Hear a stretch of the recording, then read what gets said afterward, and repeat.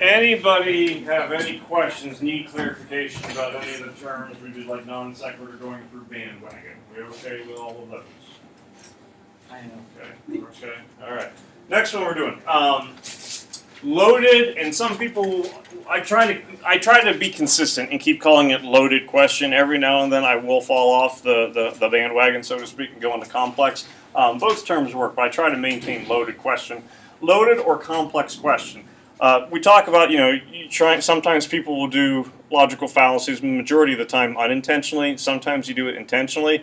This is one that I would probably try to use intentionally every now and then because it can really be wicked and mess a person up if they don't realize that you are doing it. Now, again, the chances within this class of that being the case, probably not as good as maybe outside. But a loaded complex question, you get disconnected from your Apple TV. Basically, you ask a question, and no matter how a person answers it, it's not going to be a good answer for him or her. So we got some examples here that we'll go over here in a moment. See if we can come back.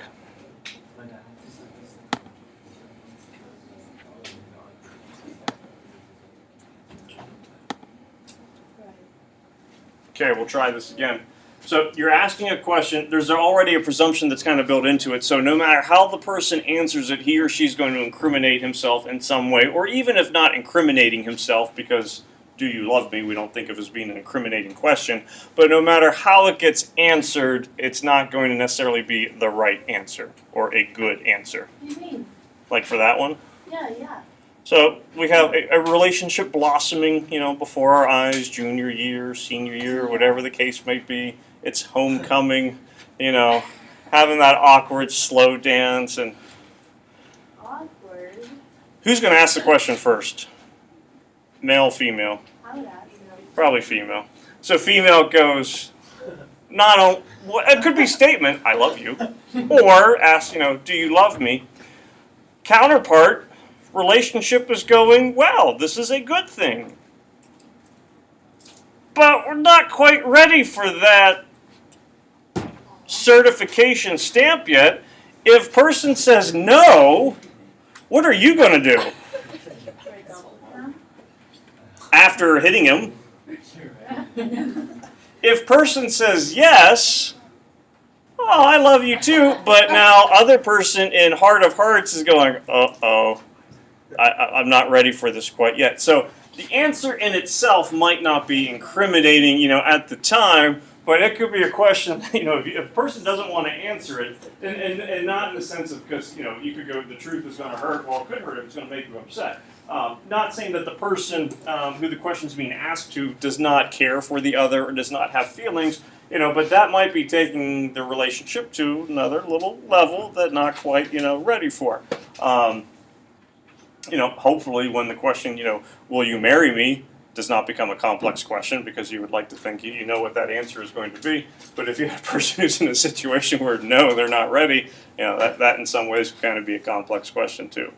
Whether Stephen Colbert asked the governor if they would nothing this. Uh-huh. Kind of a loaded question. Yeah, and I think he certainly would be able to do it. And even the other questions like, deficit reduction is a big problem. What are you going to cut? Because that in itself is going to be a complex question, because no matter what he answers, and Department of Education was the first thing that he said, you're going to upset some kind of constituent, so there's certainly not going to be a correct answer. Colbert, I would think, is probably pretty confident in understanding the, I don't want to say the intellectual level, but, the wit, the character. He was able to, I think, have a pretty good characterization of who he's going to talk with it. He's going to be able to get away with it. But you're right, that certainly, is it fair to say you're the do-nothingist? Well, no, because there's another guy, you're still incriminating yourself. Yes, and basically you're going, I'm the worst congressman out of all of them, within the United States of America. So you're absolutely right, there's not a good way to go about it. This would be one that, could see yourselves asking parents. Don't you trust me? You want to stay out a little bit later or go somewhere for the first time? Don't you trust me? No, Chris, I don't trust you. You're not going to be happy. Yes, I do trust you. Then what's your answer going to be? then why won't you let me go? You know, and so that kind of situation. I think it was ninth period. I was telling them the story.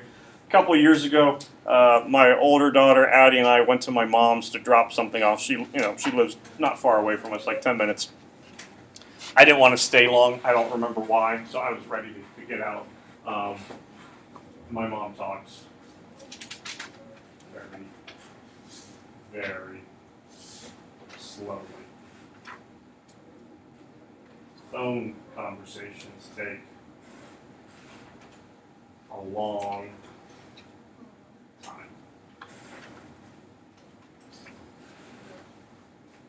Do you want me to take her like 12 minutes? No. So I was ready to go. So, okay, Mom, we gotta go. We have to pick up dinner on the way. Pizza's ready. We gotta go. There was no pizza. We were just leaving. So we're in the car driving. Addie asked me the question, Dad, when is it okay to lie? Did you say? Well, I can't go never, because she just realized You lied. that I lied. How old is she? She's 8 now. I think she was first grade at the time. Oh, man. She was definitely in school. It was kindergarten or first grade, so she was 5 or 6. I think she was 6. If I go, well, sometimes it's okay, then basically you're telling your child that at times it's permissible to lie. This is a complex question. I turned the radio up because Taylor Swift was on and she got excited. That was the end of the conversation. So sometimes you can get out of it that way. But questions, this certainly, if you want to put someone on the spot, and again, the Colbert example that Brian mentioned would be a perfect one, it can really be a dicey one.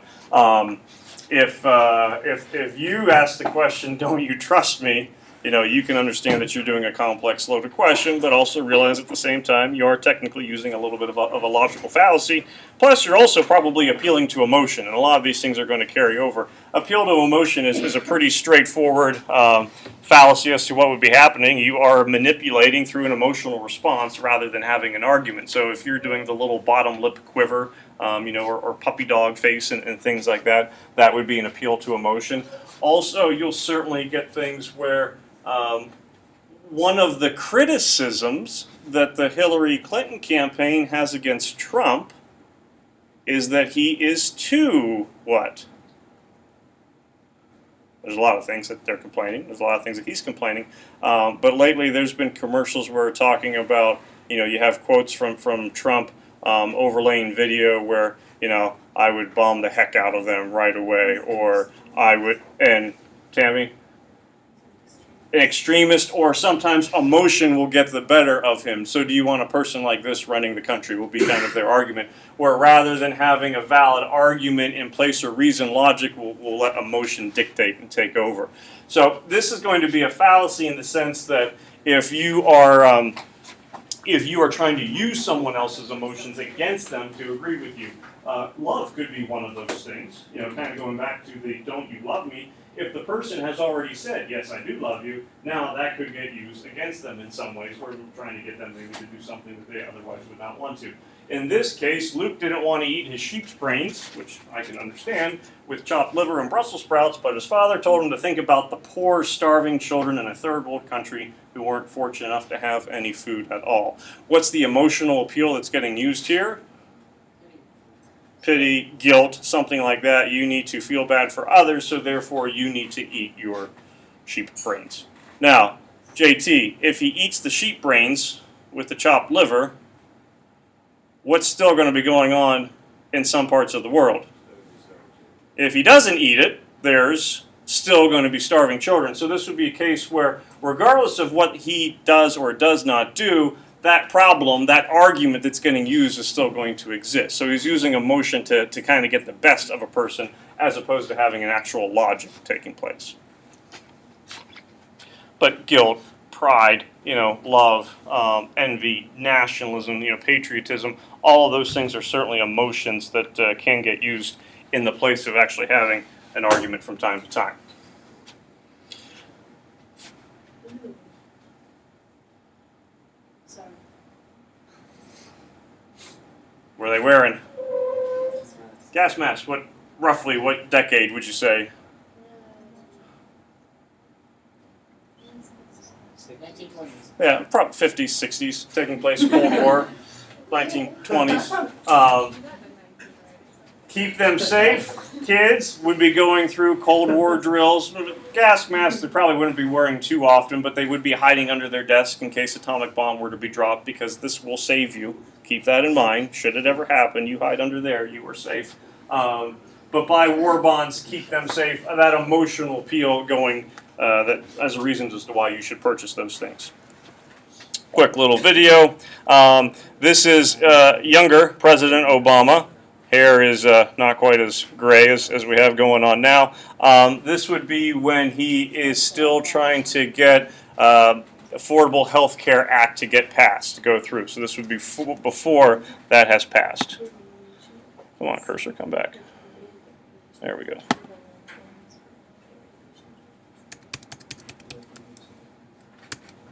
I heard the story of 11-year-old Marcellus Ellis, who's right here, looking sharp.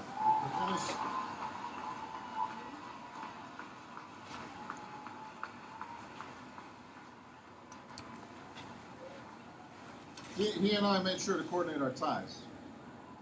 Yeah, it was good. What did you just say? He's so cute. You're hooked. Oh yeah, I'm easily persuaded.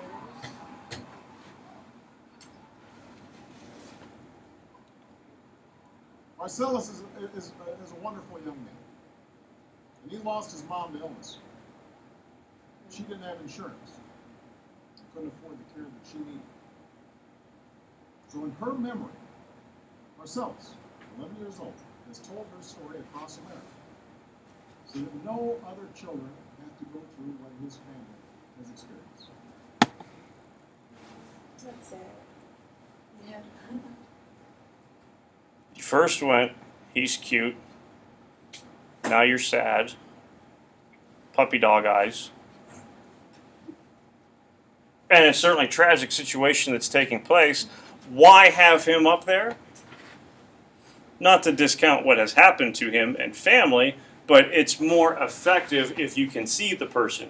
He could have said, Marcellus, an 11-year-old child, has lost his mother to illness, so we don't think, she would not have passed away if everyone had affordable health care at the time. But without him being there, you can't do what? Picture who he is, have that name to a face. But with him being up there, now it's an emotional appeal. Now, again, not to say that therefore most people would not make the same move, and that it doesn't make the argument even more powerful, because it does. And certainly they would argue that there is logic behind it, but by having the boy up there with him, it adds an extra layer to the argument that not only is there logic, but now there's emotional appeal. So if you are someone who is on the fence, like let's say you're not sure if you think this would be a good idea, and then you see this happening, there's a better chance that now that Maisie's going to be, yep, good idea, going for it. Don't want that to happen to another kid like him, because you're able to see what's going on. One of the not age old, but certainly in the last 30 years, when it comes to debate classes, what's a topic that probably comes up almost every year within the United States of America? Supreme Court, 1973, Roe versus Wade, legalized abortion. And so that'll certainly be an argument. It's going to be a very emotional argument for a lot of people. In a lot of, I shouldn't say a lot of states, but Pennsylvania is one of them. I don't know of any state that has passed it yet. You don't get bills now where people will be trying to outlaw abortion, because it's been 40 years. Rough chances of that switching are pretty slim. But now there are bills that are trying to get passed where they are requiring that prior to the procedure occurring, the day that that procedure would happen, take an ultrasound, and then mom has to look at it prior to the abortion. The proponents for it would think what therefore would happen. Nobody's seeing moving a little bit. Right, it's a total emotional, I don't want to say a ploy, but it's certainly an emotional appeal where you would see, what's going to happen, and then that would keep a person from doing it. So we're going to outlaw the procedure, or we're going to try to outlaw the procedure, but we're going to try to have this extra step happen before that procedure would take place. I don't know of any state that has passed it yet, but that's something that kind of keeps coming up as a different angle when it comes to that debate. So that's where certainly that emotional appeal would start to take place. This is certainly a common one, and in some ways, CHS argumentation teachers are probably to blame for it. Black or white reasoning, you'll also hear either or reasoning or also false dichotomy. The idea is you take a complex problem, a complex situation, and you narrow it down to two possibilities. So you're either on this side or you're on the other side. Think about the SPAR debates, which aren't really complex topics, but are you for this or are you against it? A lot of problems are so complex that there's not one solution, there's not two solutions or possibilities or three or four or five or six, it could be more and more. But generally we tend to, there's a divide, everyone who's for it go on this side, everyone who's against it go on the other side of the room. And a lot of problems don't necessarily work that way. But the black or white reasoning is the idea that there are only two possibilities. And it gets called the either or argument because a lot of times people will go, either you do this or you do that. Now there might be some instances where there are only two possible outcomes. If I walk up to JT with a gun to his head, your money or your life, it could be two possibilities. I guess the HL for the essays that you got back were two possibilities.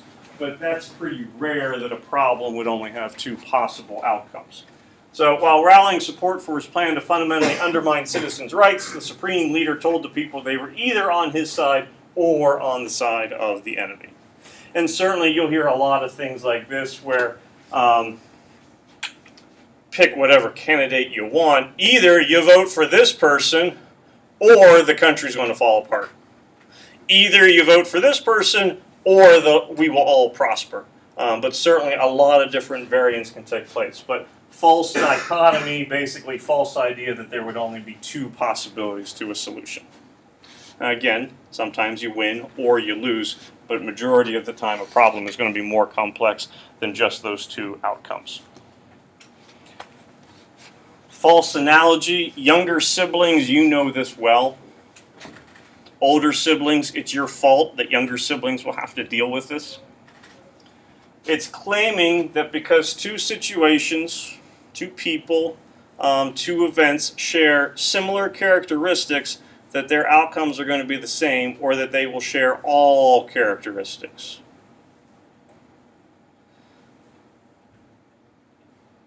So if you're the younger sibling, and we go, oh, gall. Zach gave me headaches all those years. I don't care if he's 26 or 36, however old he is. That makes me really old. Oh well, never liked that kid. Uh-oh, here comes another one. We're already having the preconceived notion that Olivia is going to be just as bad. David was the worst student I ever had in my 5th period study hall. What's this kid going to be like? So if you're younger siblings, you've dealt with that. If you're the older sibling, you basically get to determine the fate of what your younger sibling is going to be going through. And we won't even get into the Broncos because They all suck. No, just kidding, I'm Lauren. I think Lauren said hi to me like once over the course of a whole year. Yeah. But the assumption that just because you share the same last name, or whoever sits in that seat, Nate, regardless of what your last name is, they never do well in class. That would be a false analogy. Just because two situations share one similarity doesn't mean they're all going to be the same. Certainly, we do this quite a bit within society, except we call it begins with an S. Stereotyping. Yeah. You see, glasses, plaid shirt on a Friday, dork. Therefore, anyone who has glasses, stripes, okay, it's close. That's going to therefore be, a generalization that you're going to make. So for a false analogy, you already have two experiences, or you see two situations, two people. You know one well, the other one you don't know well. There's at least one similarity between the two, therefore it's going to be the same. Cliques, would certainly be the same thing. So far as where you sit in the cafeteria is going to determine the type of person that you are. All the cheerleaders have to sit together. All the glasses with the plaid shirt people have to sit together. And then there's Chris. Chris. I had to. It was like right there. I'm sorry. Skip the video for this one for sake of time. Ad hominem. Don't do this. Please, please, please. To the man. Attack on person's character when it's not relevant to the issue at hand or when it's meant to undermine the authority of that person, the credibility. So it's more of a character attack, a personal attack. Now, can a person's character be tied into a particular argument? Sure it can. And a debate could be: what's more important, a person's character or a person's political skills to be president? You've got people to go on each side of it. So certainly, if you think character is important, you might attack the character then of a political opponent of yours or a person who you're not in favor of. But if a person's character does not matter in the task that's at hand, it would be ad hominem. Doctor might have done something in his personal life that you are not in favor of and you do not agree with. But that doesn't mean that the medical advice that he or she is giving to you is not sound. So if a person tells Dom, you really need to be careful about what you're eating, I'm not listening to that guy. He committed whatever, but his medical knowledge could still certainly be fine.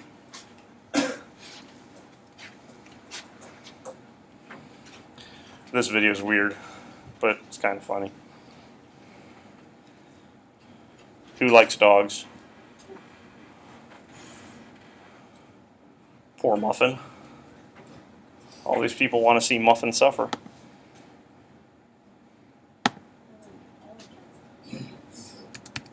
Good job. Hold on, I gotta turn off the thing because Batman's voice is a little too quiet. Have you ever seen the Batman Dad videos? Yeah. Oh, I love that one. Especially when the wife gets upset at him. Shoot. Cats aren't supposed to be on the kitchen table, are they? No, they're not. Cats, they're reckless, too dangerous for America. And look at this face. Do you see that? That's called scorn. What's he so angry about anyway? I don't think he likes living in the land of the free. That's probably because he's a socialist. Don't believe it? Well, listen to this. Yes, that's right. He just said, Mom. Coincidence? I don't think so. Cats. We don't have proof they aren't communists. It's even worse than that. Cats violate our borders, ignoring the rule of law. Look at this cat. It probably just ate a songbird. Ask yourself, hasn't your backyard been a little quieter than usual? Cats. They're angry, rage-filled beasts that break the law, eat songbirds, and they're probably secretly socialists that hate America. Cats. Too extreme for America. This message brought to you by the Committee to Elect Dogs. Dogs, man's best friend for a reason. I like Truffles McBeard. That was a good name. Can you think of any time when ad hominem would work and acceptable? If they clearly do something wrong, that's the point of the discussion. Like something that's heinously wrong? Like the instead of Jerks or Jerks investigate. Okay, yeah. Where you're going to a certain level, certain degree. Okay. Here's another example. This one I think we would view as being certainly acceptable. Mr. Buckley, Yes? you're a witness. Oh, I'm sorry, excuse me. Thank you. Where are we? Courtroom. What's probably going to happen? Okay, so you might try to discredit a witness. Dr. Bass, could you please state for the record your full name? Willard Terrell Bass. Terrell Bass. That's a very unique name. Now, Doctor, Movie's A Time to Kill, also John Grisham novel. He has given testimony that Samuel L. Jackson's character, who he shot two people who raped his daughter, that he was emotionally unstable at the time because of what had happened. So, kind of like, pleading for insanity. So he has already given testimony that yes, at the time he would not have been completely sane, thinking properly, morals and whatnot. have you ever been convicted of a felony? No, of course not. You're certain? Yeah. As certain of that as you are of the testimony you've just given before this jury? Of course. All right, so let me just understand this now. Since you are under oath, you're telling me and this jury that on October 17th, 1960, you were not convicted of statutory rape? Objection, Your Honor. Dr. Bass is not on trial here. Your Honor, this goes to the heart of the credibility of the witness. Overruled. Continue, Mr. Buckley. Thank you. Now, Doctor, were you convicted of statutory rape? You got the wrong man. Really? Well, I have some mighty interesting photographs of you taken with a female underage in a motel by the Dallas Police Department on September 11th, 1960. Would you like to look at these visual images and see if they refresh your memory? No, I didn't think so. Your Honor, we would like to enter into evidence these court and police records showing that on September 15th, 1960, this man, one Terrell Bass, pled guilty to statutory rape. Now, Doctor, I'm going to ask you one last time. Were you or were you not convicted of statutory rape? Well, I can explain. I'm not interested in your explanation, Doctor. Just answer the question, yes or no. Yeah, yes, I was. So what's happened to his credibility now? It's completely tanked. No, and as a prosecutor, he certainly did not do anything outside the realm of law or outside what we would expect. From an argumentative standpoint, does the action match up with what is relevant at the time so far as his diagnosis? You could argue no. Some people would argue yes. Where you get a little bit of issue. But certainly attacking credibility to take away anything that he had argument with. Happy weekend. Double cap.